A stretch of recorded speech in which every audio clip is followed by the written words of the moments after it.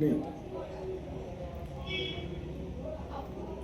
বিগত কয়েকদিন ধরে দেখছি সোশ্যাল মিডিয়াতে একটা বক্তব্য ভাইরাল হয়েছে যে বিজেপির একজন বিধায়ক তিনি মুসলমানদের পবিত্র ধর্মগ্রন্থ পবিত্র কোরআন শরীফ নিয়ে একটা অত্যন্ত জঘন্য কুরুচিকর মন্তব্য করেছেন, যেটা সত্যি আমাদের অন্তরে অত্যন্ত আঘাত দিয়েছে।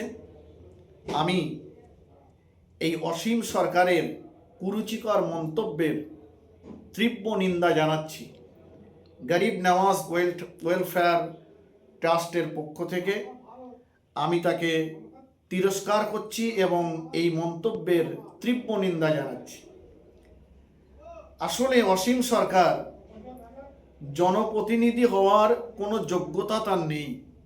কিভাবে তিনি জনপ্রতিনিধি হয়েছেন আমি জানি না। অসীম সরকারকে আমি মানুষ বলে মনে করি না, কারণ মানুষের ঘরে জন্ম নিলেই মানুষ হওয়া যায় না। মানুষ হতে গেলে তার ভিতরে মনুষ্যত্ব বোধ থাকার দরকার। অসীম সরকারের ভিতরে কোনো মনুষ্যত্ব বোধ আছে বলে আমি মনে করি না। তিনি হচ্ছেন মনুষ্য জাতির একটা কলঙ্ক। তিনি কোরআন শরীফকে নিয়ে যে কুরুচিকর মন্তব্য করেছেন, কোরআন শরীফ সম্পর্কে কি কাণ্ঠজ্ঞান তার আছে? কোরআন শরীফ সম্পর্কে তিনি কিছুই জানেন না। পবিত্র কোরআন শরীফে মহান আল্লাহ পাক রব্বুল আলামিন তিনি সর্বধর্মের উপরে তিনি বলেছেন যে লাকুম দীনুকুম ওয়ালিয়া দিন, যার ধর্ম তার কাছে। আল্লাহ পাক কোনো ধর্মের প্রতি আঘাত দেওয়ার কথা বলেননি। আল্লাহ পাক কোরআন শরীফে মানুষের ভালোবাসার কথা বলেছেন। কখনোই এই দাঙ্গা বিভেদের কথা কোরআন শরীফে লেখা নাই। এটা অসীম সরকারের সঙ্গে আমি চ্যালেঞ্জ করছি। তিনি কোরআন শরীফের গোটা 30 পারা কোরআন শরীফের একটা আয়াত একটা ওয়ার্ড কোনো জায়গাতেই তিনি দেখাতে পারবেন না যে কোরআন শরীফের ভিতরে এরকম কোনো বক্তব্য আছে। যে সম্পর্কে তার কাণ্ঠজ্ঞান নেই, কেন তিনি সেই সম্পর্কে কথা বলতে গেলেন? আসলেই আমার মনে হয় তার উদ্দেশ্য এই সম্প্রীতির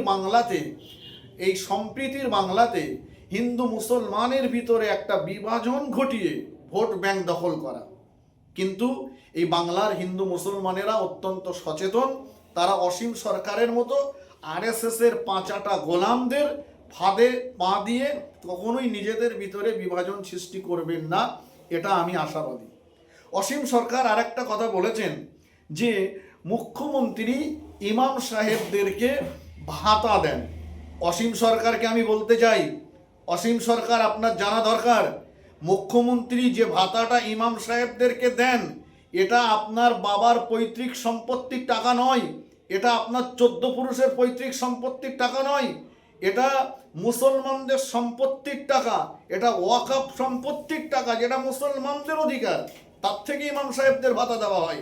এটা আপনার বাবার 14 পুরুষের টাকা নয়। এটা নিয়ে আপনি কি বলছেন? আর মুসলমানরা যে আপনি বললেন যে ইমাম সাহেবদের ব্যাপারে, আপনি একটা ইমাম সাহেবকে দেখান, একটা ইমাম সাহেবের নাম বলুন যে ইমাম সাহেব সমাজের ভিতরে বিভ্রান্তিকর বক্তব্য দিয়ে যে হিন্দু মুসলমানের বিভাজন ঘটাতে চেয়েছেন।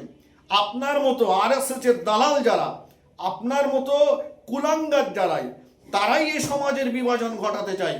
কিন্তু কখনোই কোনো ইমাম সাহেব হিন্দু মুসলমানের ভিতরে বিভাজন ঘটাতে চায় না। এটা আপনার সম্পূর্ণ একটা ভুল ধারণা। আমি বলবো পশ্চিমবাংলার মাননীয় যিনি পুলিশ মন্ত্রী রয়েছেন তাকে আমি গরিব নওয়াজ ওয়েলফেয়ার ট্রাস্টের পক্ষ থেকে তার কাছে আমি অনুরোধ করব, অসীম সরকারের মতো কুলাঙ্গারকে অবিলম্বে অ্যারেস্ট করুন এবং একে দৃষ্টান্তমূলক শাস্তি দিন। যে অসীম সরকার এই বাংলার সম্প্রীতির বাংলাতে আগুন জ্বালাতে চাইছে, সে এখনো কেন ঘুরে বেড়াচ্ছে? অবিলম্বে তাকে অ্যারেস্ট করা হোক, তাকে দৃষ্টান্তমূলক শাস্তি দেওয়া হোক। যদি সেটা না হয় তাহলে আগামীতে বাংলার মুসলমানেরা আরো বৃহত্তর আন্দোলনে নামবে। সেদিন কিন্তু আপনি সামলাতে পারবেন না, আপনার পুলিশ কিন্তু সেদিন সে আন্দোলন রোধ করতে পারবে না। এটা আপনার মনে রাখতে হবে।